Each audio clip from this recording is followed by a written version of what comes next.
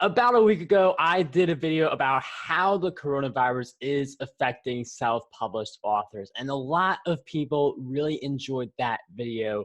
But then I thought, what about the content marketing side of the business? Because this is a business I know very well. This is a part of the business I know that a lot of people in my tribe are interested in or want to learn more about. So that's why I decided to create this video, because people are interested in that area. But there are also some things that I cover in a self-publishing video which paint the good picture on self-publishing, but they don't give the full picture on how what's going on now is affecting content marketing and the strategies you need to now embrace in order to see success.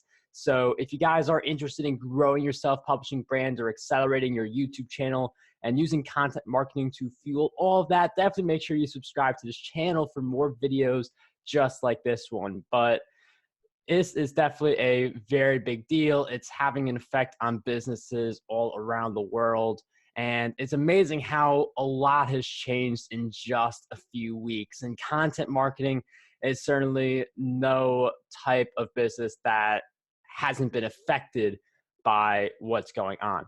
So in that video about how it's affecting self-published authors, I mentioned free content, free content. That is going to be the type of content you want to produce a lot more of, because people aren't going to be able to pay as much money, and they're going to pay more attention to how much money they spend and probably only buying the essentials. Some people, they'll still buy a book, they'll still buy a training course, but overall, there's going to be a lot more people who pay more attention and only spend on the essentials. That's why I mentioned free content. But from a content marketing perspective, where do you put that free content? This is where we hit the next dimension of this, because with the self-publishing side, I just said, just keep doing free content, put that in your book later. But for content marketing right now, you have more people going on YouTube, going on LinkedIn, going on Twitter, Facebook, Instagram. You have more people going on social networks. And where this is going is discoverability.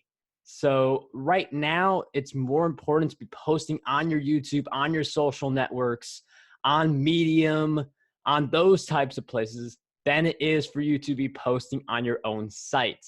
Because people who go on your own site, they already know who you are, and you can, if you're like, from a search engine standpoint, you're able to get discovery that way. That usually takes a lot longer and is a long-term game. While YouTube, Medium, those discoverability platforms, it's easier for you to gain momentum. And by the time you have the search engine traffic coming in, this whole time could be over. And then we're just back to the way things were, at least from a content consumption standpoint. So focus more of your time on the discoverable platforms. And you can later repurpose this content onto your blog, or you could even do this at the same time, but have a stronger focus on the discoverability now. Because YouTube, for instance, they said we have to lower the video quality of our videos to compensate for all the traffic that's coming in.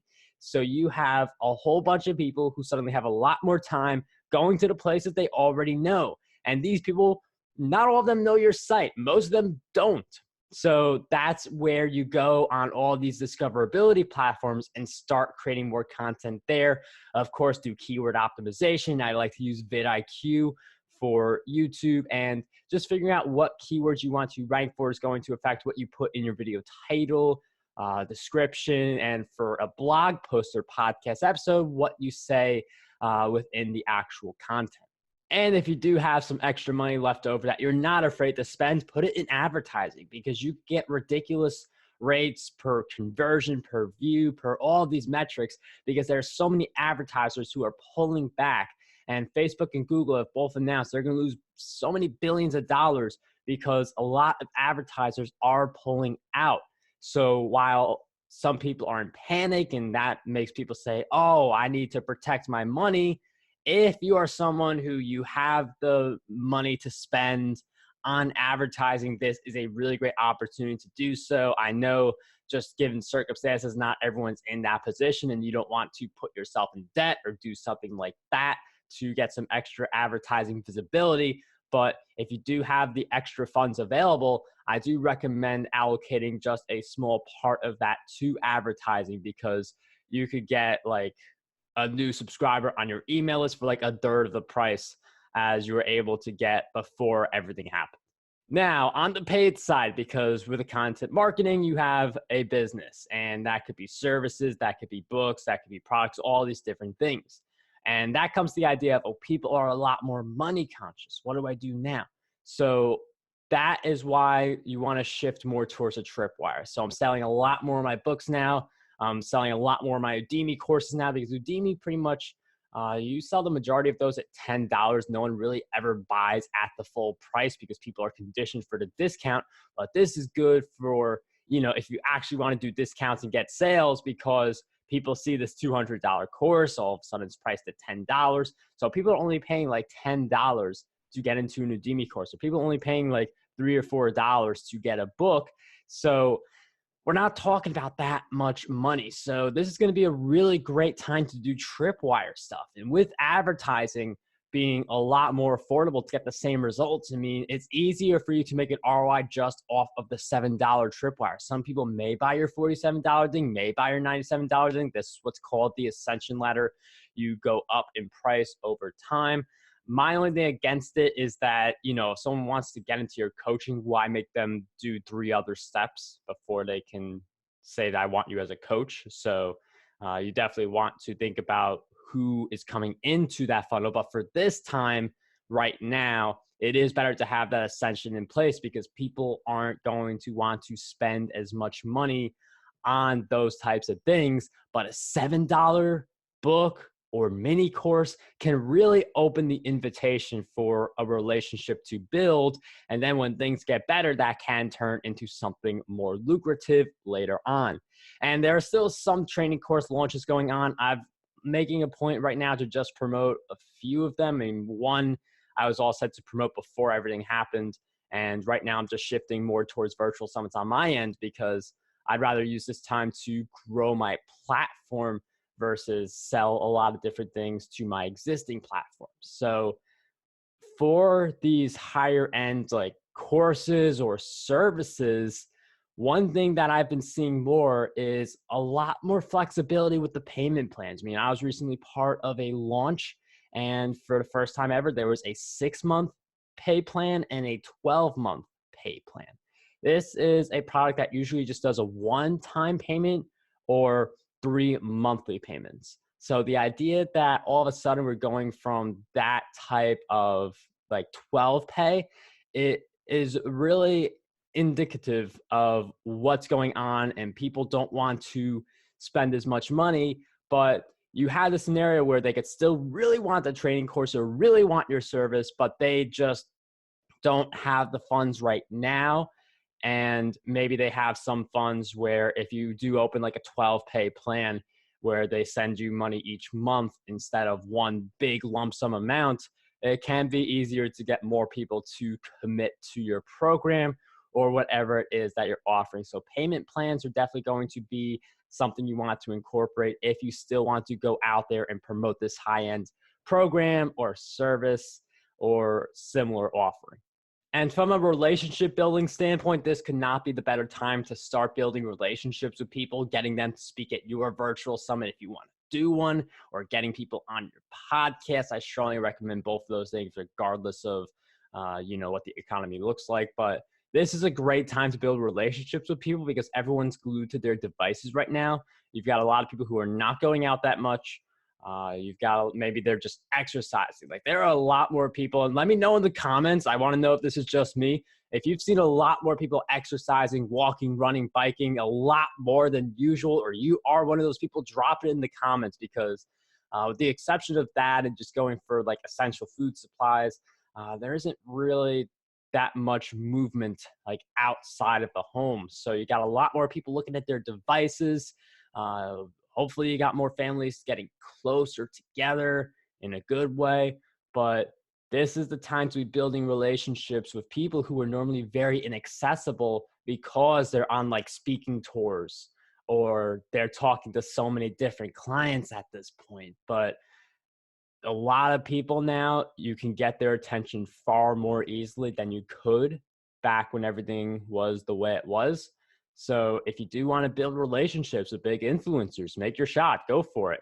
And if you want to reach more people, like focus on that discoverability piece that I mentioned earlier.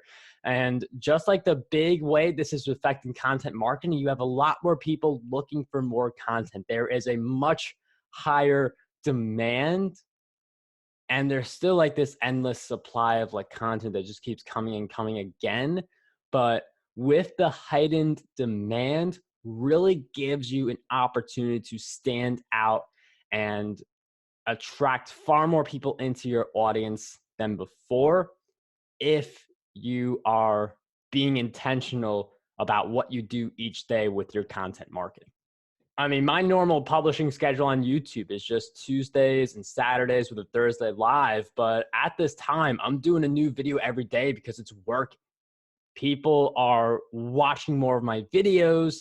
Each of my videos is getting more traction on the YouTube algorithm. And this is working because, again, so many people are on YouTube right now. And this isn't just YouTube. Like Netflix also did this. Not that a lot, Netflix is what people think about in their marketing, but all these different social networks and sites have to adapt and do things like what YouTube did, reduce video quality to account for the spike in traffic. So this is a time where if you are a content marketer, you got to double down on the free content, focus on building your platform, and you use the discoverable content to funnel people back into your email list so you truly own that traffic. One of the universal things about content marketing, no matter what happens next, is that a platform like YouTube, a platform like Twitter, Facebook, you do not own that traffic. If YouTube changes its algorithm tomorrow, if YouTube decides that your channel no longer follows their guidelines, because there are stories of people who just suddenly lose their channels. And this is true for any social network. This is just the way the game goes. So if you just suddenly lose that audience, does that destroy your brand?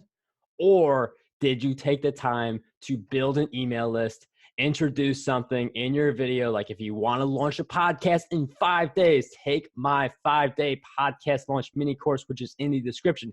Doing stuff like that allows you to build your audience and own your audience rather than relying on these platforms, which are really a buzzing right now, but you want to make sure you truly own your audience. That's going to be one of the like key principles of content marketing that's just never going to go away. So if you guys enjoyed this video, definitely make sure you subscribe for more like this and hit that like button. And I would really love to hear from you in the comments, whether you're someone who's been seeing a lot more people exercising outside or just any thoughts or takeaways from this video. I always make it a point to reply to comments. Signing off, dream big, achieve greatness, and unlock your potential today.